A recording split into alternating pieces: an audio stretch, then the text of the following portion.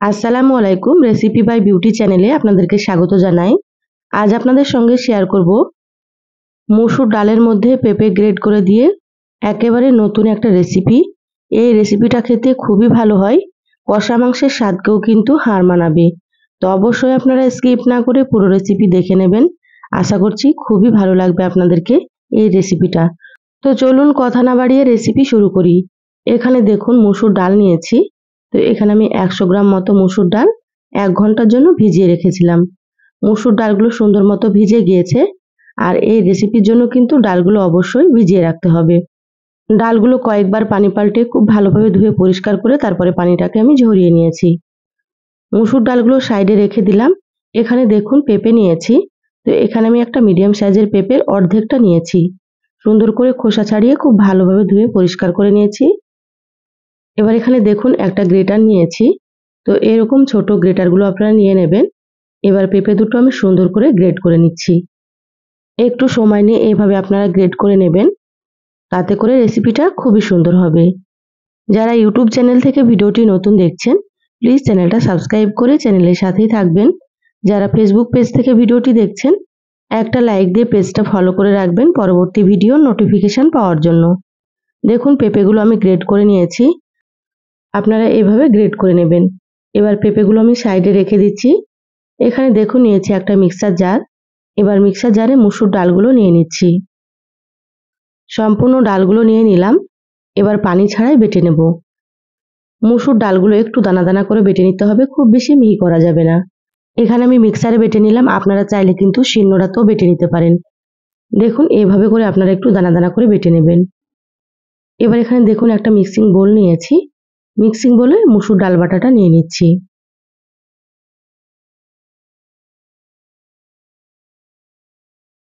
সম্পূর্ণ ডাল বাটা নিয়ে নিলাম। এবার এখানে দিয়ে দিলাম হাফ চা চামচ লবণ, সামান্য পরিমাণে একটু দিয়ে দিচ্ছি হলুদ গুঁড়ো, আর এখানে হাফ চা চামচ মতো দিয়ে দিচ্ছি জিরা গুঁড়ো, 4টে দিয়ে দিচ্ছি কাঁচামরিচ কুচি। মশলা আবারও লাগবে, সেজন্য অল্প করে এখানে একটু দিয়ে দিচ্ছি। এবার দিয়ে দিচ্ছি একটা মিডিয়াম সাইজের পেঁয়াজ কুচি। এবার এখানে দিয়ে দিচ্ছি গ্রেট করা পেঁপে। সম্পূর্ণ পেঁপেগুলো দিয়ে দিলাম। এবার হাত দিয়ে খুব ভালোভাবে মেখে নেব। এই কাজটা হাত দিয়ে করে নিলে কিন্তু খুবই ভালো হবে। আপনারা কিন্তু হাত দিয়ে সুন্দর করে মেখে নেবেন।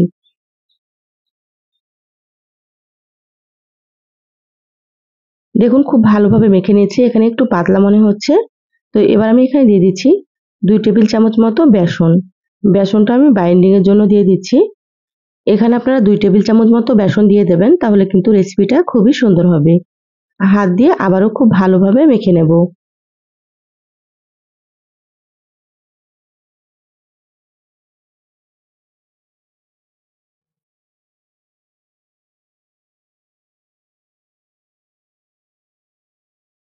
এইভাবে আঠালো করে একটু মেখে নিতে হবে, তাতে করে রেসিপিটা খুবই সুন্দর হবে।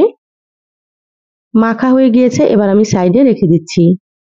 এবার গ্যাস অন করে কড়াই দিয়ে দিলাম। দিয়ে দিচ্ছি এখানে 4 টেবিল চামচ মতো সরষের তেল। এখানে আমি সরষের তেলে রেসিপিটা করছি, আপনারা চাইলে কিন্তু সয়াবিন তেল দিয়েও করতে পারেন। তেলটা প্রথমে খুব ভালোভাবে গরম করে নেব। দেখুন তেল গরম হয়ে গিয়েছে। এবার আমি গ্যাসের আঁচটা মিডিয়ামে করে দিলাম। এবার আমি মিশ্রণটা কিছুটা করে নিয়ে এভাবে হাতে একটু গোল করে নিয়েছি, কোপ্তার মতো করে। এবার তেলের মধ্যে দিয়ে দিচ্ছি। আপনারা চাইলে চ্যাপ্টা করে বড়ার মতো করেও তৈরি করে নিতে পারেন। আপনাদের পছন্দ মতো সাইজ করে আপনারা তৈরি করে নেবেন। তো কড়াইয়ে যতটা ধরছে ততটা দিয়ে দিলাম। এবার কিছুক্ষণ মিডিয়াম আঁচে ভেজে নিতে হবে। দেখুন নিচের পাশটা হালকা কালার এসেছে। এবার আমি উল্টে নিচ্ছি। গ্যাসের আঁচ বাড়িয়ে কোপ্তাগুলো ভাজা যাবে না, তাহলে উপর থেকে খুব তাড়াতাড়ি কালার চলে আসবে আর ভেতরটা কিন্তু কাঁচা থাকবে। সেজন্য আপনারা মিডিয়াম আঁচে একটু সময় নিয়ে ভেজে নেবেন।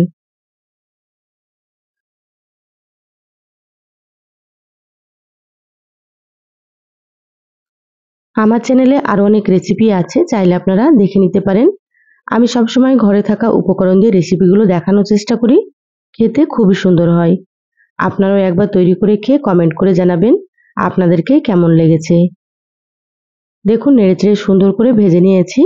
কোপ্তাগুলো ভাজা হয়ে গিয়েছে। এবার আমি তেল ঝরিয়ে তুলে নিচ্ছি। এইভাবে করে বাকিগুলো ভেজে নেব। আর কোপ্তাগুলো ভাজতে কিন্তু খুব একটা তেলের প্রয়োজন হয় না, দেখুন অনেকটাই কিন্তু তেল এখনো আছে। সবগুলো ভেজে নিয়েছি। এবার ওই তেলের মধ্যে আমি দিয়ে দিলাম হাফ চা চামচ কালো জিরা। কালো জিরাটা একটু ভেজে নিচ্ছি।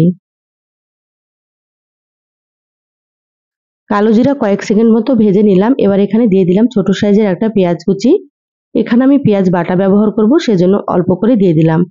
এবার নেড়েচেড়ে পেঁয়াজগুলোকে লালচে করে ভেজে নেব।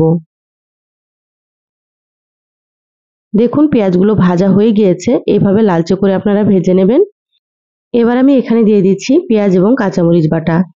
একটা মিডিয়াম সাইজের পেঁয়াজ আর 4টে কাঁচামরিচ বেটে নিয়েছিলাম, সেটা দিয়ে দিলাম। এখানে 1 চা চামচ দিয়ে দিলাম আদা বাটা আর 1 চা চামচ দিয়ে দিলাম রসুন বাটা।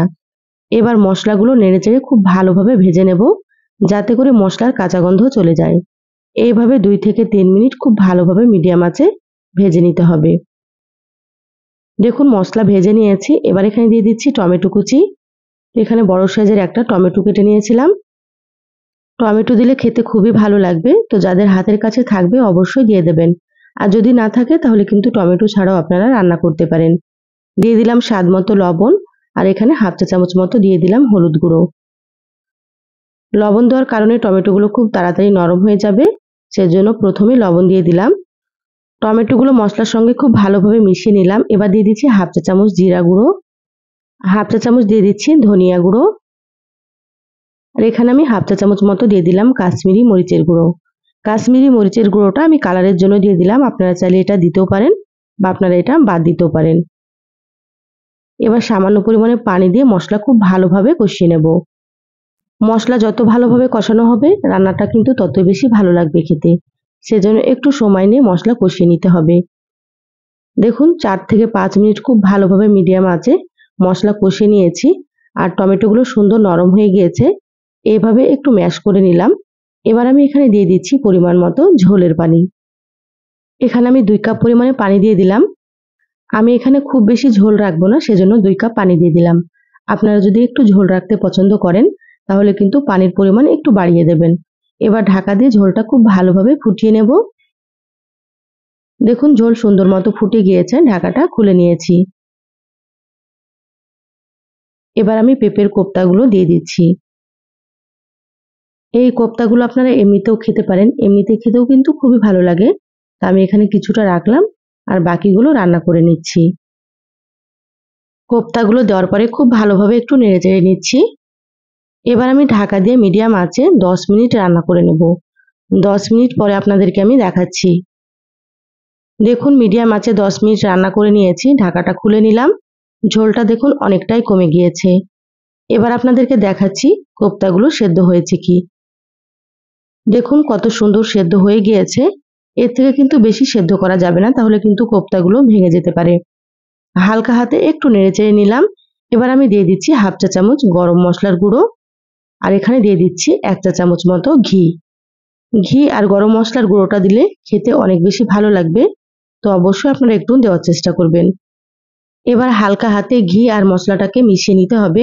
খুব বেশি নাড়াচাড়া করা যাবে না, তাহলে কিন্তু কোপ্তাগুলো ভেঙে যাবে। দেখুন সুন্দর করে মিশিয়ে নিয়েছি, রান্না হয়ে গিয়েছে।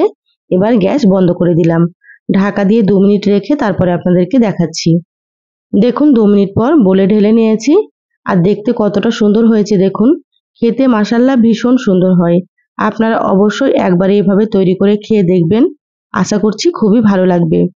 তো রেসিপি কেমন লাগলো চ্যানেলের কমেন্ট বক্সে কমেন্ট করে জানাবেন। ভালো লাগলে একটা লাইক দিয়ে ভিডিওটা শেয়ার করে দিবেন। সবাই ভালো থাকবেন, সুস্থ থাকবেন। ধন্যবাদ সবাইকে। আল্লাহ হাফেজ।